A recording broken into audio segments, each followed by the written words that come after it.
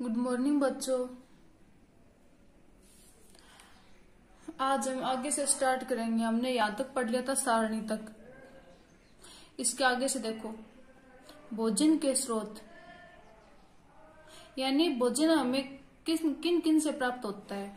तो देखो, भोजन हमें मुख्य दो स्रोतों से प्राप्त होता है। पहला है पादप और दूसरा है जंतु। यानी भोजन हमें मुख्य दो स्रोतों से प्राप्त होता है, जंतुओं से और पादपों से। अब देखो, पहले हमें देखना है कि भोजन के स्रोत के रूप में पादप यानी पादपों से हमें क्या क्या मिलता है। तो देखो, पादपों के विभिन्न भागों से प्राप्त अलग अलग उत्पादों को भोजन के रूप में ग्रहण करते हैं, जो निम्नलिखित है। यानी पादपों से हम भोजन के रूप में जो निम्नलिखित जो पदार्थ है ये ग्रहण करते हैं। जैसे अनाज है, दालें हैं, सब्जियां हैं, फल है, शर्करा है, तेल है, मसाले है, सफुर्ती है। ये सभी हमें पादपों से प्राप्त होते हैं। अब इन सब के बारे में हमें एक एक करके पढ़ना है। तो पहले देखो, पहले हमारे पास अनाज है, तो हम अनाज के बारे में पढ़ेंगे। तो देखो, अनाज सभी प्राणियों के लिए महत्वपूर्ण पादप उत्पाद है, जिसका उपयोग भोजन सामग्री के रूप में किया जाता है।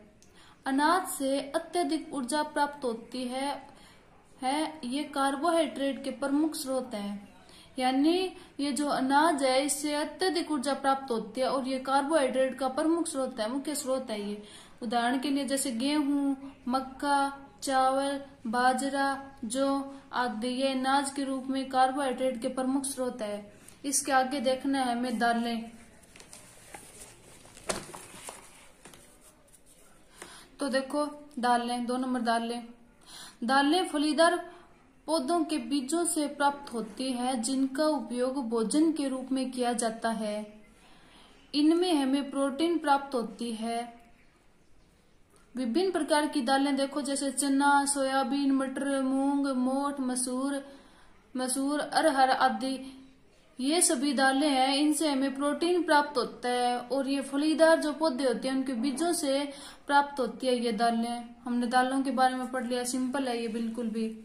अब आगे देखो, सब्जियां।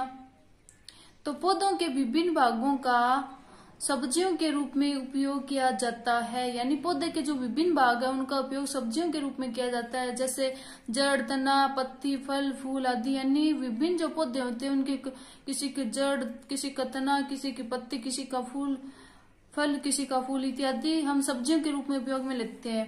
देखो, विभिन्न प्रकार की सब्जियां देखो, फूल गोभी, भिंडी, पालक, ये अलग अलग प्रकार की सब्जियां जो कि हमें पौधों से प्राप्त होती हैं। अब आगे चौथा है फल। तो देखो, फल भी पौधों से प्राप्त भोज्य उत्पाद है। फल भी पौधों से ही प्राप्त होता है। ये शर्करा एवं पोषक तत्वों से युक्त होने के कारण शरीर के लिए बहुत ही उपयोगी होते हैं। यानी फल में हमें शर्करा और पोषक तत्व इन दोनों की मात्रा होती है। फल में शर्करा और पोषक तत्व होते हैं। जैसे भाई केला, आम, सेब, अंगूर, अनार, मौसमी, अमरूद, बेर, पपीता आदि। यानी ये फल है सारे के सारे, ये हमारे शरीर के लिए बहुत ही उपयोगी होते हैं और इनमें शर्करा एवं पोषक तत्व पाए जाते हैं, जिनके कारण ये हमारे शरीर के लिए बहुत ज्यादा उपयोगी है। आगे देखो, सूखे मेवे। तो आप जानते हैं कि सूखे मेवे है वो फलों से ही प्राप्त होती है। यानी जब फल सूख जाते हैं तो उनके सूखने के बाद सूखे मेवे बनते हैं। यानी पौधों से प्राप्त जो फल सूखने के बाद भी खाद्य पदार्थों के रूप में उपयोग में लिए जाते हैं, सूखे मेवे कहलाते हैं। यानी पौधों के रूप में जो फल सूखने के बाद खाद्य पदार्थों के रूप में, यानी कई फल है वो सूखने के बाद खाद्य पदार्थों के रूप में उपयोग में लिए जाते हैं, वो सूखे मेवे कहलाते हैं। जैसे बादाम, पिस्ता, काजू, अखरोट आदि ये फलों के सूखने के बाद बनाए जाते हैं, ये सूखे मेवे कहलाते हैं। यानी पौधों से प्राप्त जो फल सूखने के बाद भी खाद्य पदार्थों के रूप में उपयोग में लिए जाते हैं, सूखे मेवे कहलाते हैं। अब आगे देखो भाई,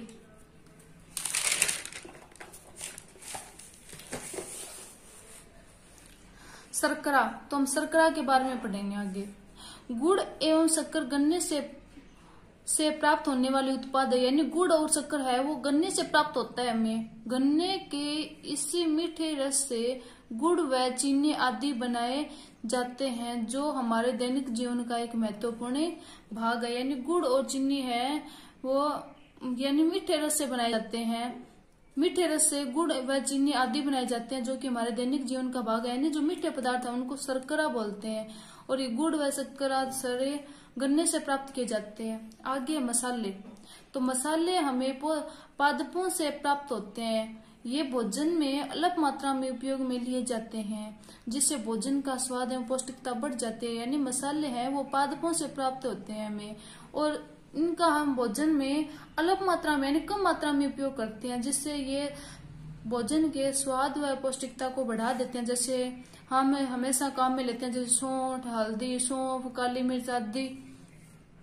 अब आगे तेल, तो तेल भी हमें विभिन्न प्रकार के पादप भाग से प्राप्त होता है। तेल भी हमें पादपों से प्राप्त होता है, जैसे सोयाबीन, नारियल, सरसों, मूंगफली, तिल, सूरजमुखी, इन सब का तेल हमें पादपों से प्राप्त होता है। जैसे नारियल का तेल नारियल से प्राप्त होता है, सरसों का तेल सरसों से प्राप्त होता है, मूंगफली का तेल मूंगफली से प्राप्त होता है। आगे देखो स्फूर्ति पेय, यानी चाय व कॉफी को स्फूर्ति पेय कहा जाता है। यानी आलस्य को उड़ा देने वाली होती है, चाय व कॉफी को स्फूर्ति पेय कहा जाता है। चाय के पौधों की पत्तियों को सुखाकर चाय तैयार की जाती है। यानी चाय जो हम हमेशा यूज में लेते हैं उनको हमें पौधे की पत्तियों को सुखाकर तैयार करते हैं। आगे देखो कॉफी के पौधे के बीजों से कॉफी पाउडर तैयार किया जाता है, और कॉफी पाउडर है वो कॉफी के बीजों से तैयार किया जाता है। ये सारे पादपों से प्राप्त होने वाले जो भोजन में काम में लिए जाते हैं, सारे के सारे उनके तत्व हैं। आज के लिए इतना ही काफी। धन्यवाद।